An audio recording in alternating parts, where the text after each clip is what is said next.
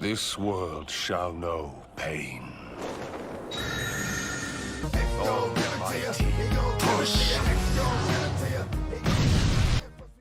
Yo guys, it's your homie Xenopain. Like to welcome y'all to another Black Desert Online video, and in today's video we're going to be going over the patch notes as of 4/30/2024. I know the patch notes came out a day early, which surprised me, or else I would have got this video out like 15 hours ago. But anyway, we did get the Ancient Anvil system. This is the pity system that Black Desert has brought to PC and is now here on console.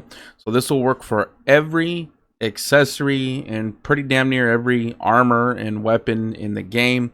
Just know that from Duo, Tri, Tet, and Pen will have their own stacks. So say if you have a Tet Black Star and you need 40 to hit a guaranteed pin, and say you do 5 attempts, and on the 5th attempt for some reason you decided to raw dog that Tet Black Star and it downgraded to a Tri Black Star, the stack itself for Tri would be 0, but as soon as you knocked it back to Tet, it would retain the stack of Agris Essence that it had prior to degradation. So say if you have 5 attempts on a Tet Black Star, you smack it to pen, you raw dog it, then it goes down to Tri.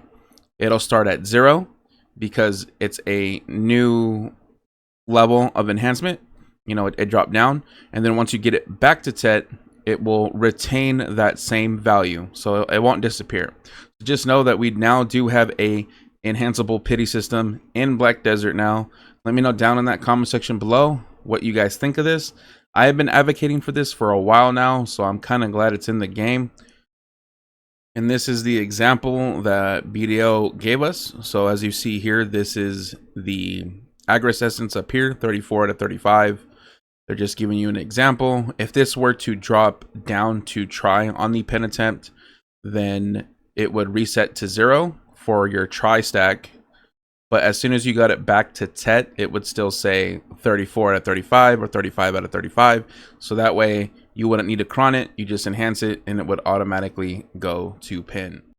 They went ahead and gave us the second Blackstone simplification. Following the improvements made to the usage during the first Blackstone simplification, the second simplification we have also streamlining of the acquisition process. Along with this, the Blackstone, which has once divided into weapon and armor, has now been unified under the same name, Blackstone. Obtaining Blackstone armor via various methods such as crafting, opening boxes, life skills, exchanges, shops, etc. will now be a mere memory. Just like when silver had weight, it will remain a topic of conversation. Back in the day, Blackstones were divided into weapons and armor. Any simplified Blackstones have now all been distributed as the new unified Blackstone, and we have made sure that any Blackstones you acquire will maintain the same value as before, which we hope allows for a more convenient adventure. With this update, we have now concluded the simplification work of Blackstone weapon and armor, which has been carried out in 2 separate stages, and will continue to work hard and prepare to present the simplification for other types of Blackstones in the near future. So they changed the names of the Blackstone weapon, Blackstone/concentrated Blackstone weapon, into concentrated magical Blackstone, and then Blackstone armor item removal removed Blackstone armor, concentrated magical Blackstone armor, and hard black crystal shard. The same number of Blackstone, concentrated magical Blackstone, and sharp black crystal shard have been distributed in their previous slots. If the same items are stored in different slots in your inventory, you can store them in one slot by putting them in storage and taking them back out. So they went ahead and changed a lot of craftable stuff in the game that requires armor Blackstones. So just make sure you guys pay attention to the tooltip for any of you who do, you know, simple alchemy, whatever requires Blackstones, and make sure you check the tooltip to see those changes. They do have all the changes listed here in the patch notes, but just to save time, I'm not going to go over that, so we're going to skip over that, but I will link this down in the description below so you guys can go ahead and check it out yourselves. We are also in the first stages of the simplification process for traces, fruits, and essences. So if you guys log in, you will not see the 13 types of trace items, the 9 types of fruit items, or the 8 types of essence items. So they went ahead and simplified it into one source, which is the trace of nature for traces, fruit of nature for fruits, and essence of nature for the essences. So change the crafting recipe due to the simplification of all trace, fruit, and essence items into one type each, according to the description of related items, has also been changed. So make sure you guys pay attention to the tooltip and see which is required for whatever you guys are trying to craft in game. Like I said, again, I will be linking this in the description down below. They also added a repeat season special gift, which allows you to exchange the season special exchange coupons you own for gifts without any limit of the number of times. Repeat season special gift has been added to the bottom of the season special gift list of Crow Merchant Guild Chief Manager Fugar. Through this exchange, you can exchange one season special gift exchange coupon for an Advice Volks plus 100 bucks. Season special gift exchange coupons can be obtained as a reward for reaching level 10 with a season character for the season pass. So now for those of you who've collected all your summer season, autumn seasons, winter seasons, Draconia seasons, stacks and everything, you can now still get a 100 stack, just to get it.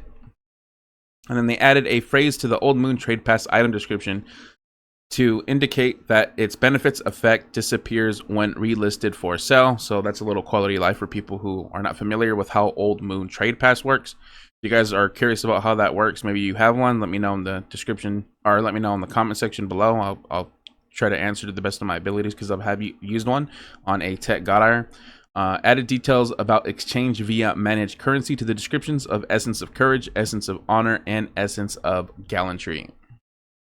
They now have made it to where every single mount in the game of at least tier 6 will know sprint at level 1 at 100%.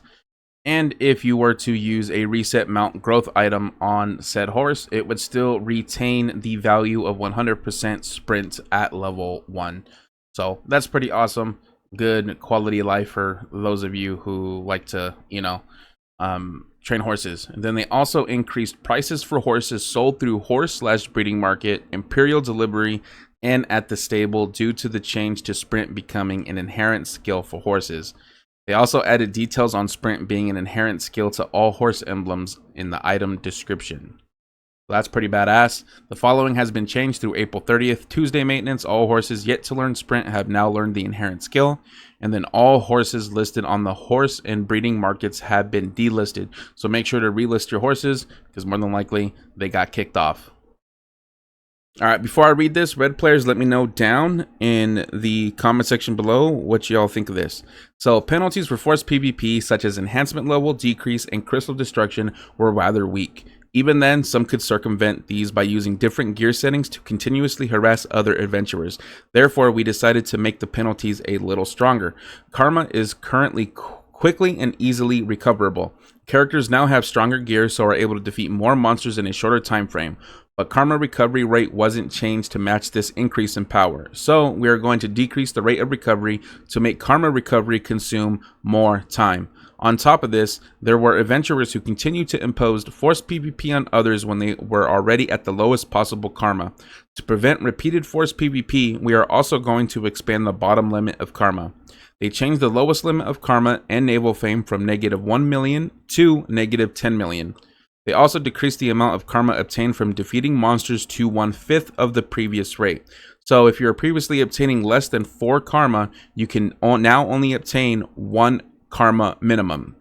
They also changed the feature that auto places HP potions in a quick slot when none have been set to now automatically doing so from level 20 instead of level 10. So like I said, let me know down in the comment section below what you red players think of this change. Personally, I don't think it's that bad, because if you're a red player, you already don't care about your karma or any of the repercussions to begin with, but that's just someone who doesn't do red content. But yeah, let's go ahead and jump into the events now. All right, first event we have up is the accessory upgrade. Now is the chance. The Jewel of Imperfect Power awaits you in monster zones. Get the cups and shards needed for accessory upgrades like moonlit accessories, etc. During the event, defeat monsters in various monster zones and obtain the event Jewel of Imperfect Power from defeating various monsters, so you can make your all's cups. And, you know, Belano, Sakraya, Prades Cave, Serendia, Calpheon, Medaya, Valencia, pretty much everywhere in the game. I'll link this also in the description below so you guys can go ahead and check it out. It also should be in information, start information and notices or news in game if you guys want to check that out personally.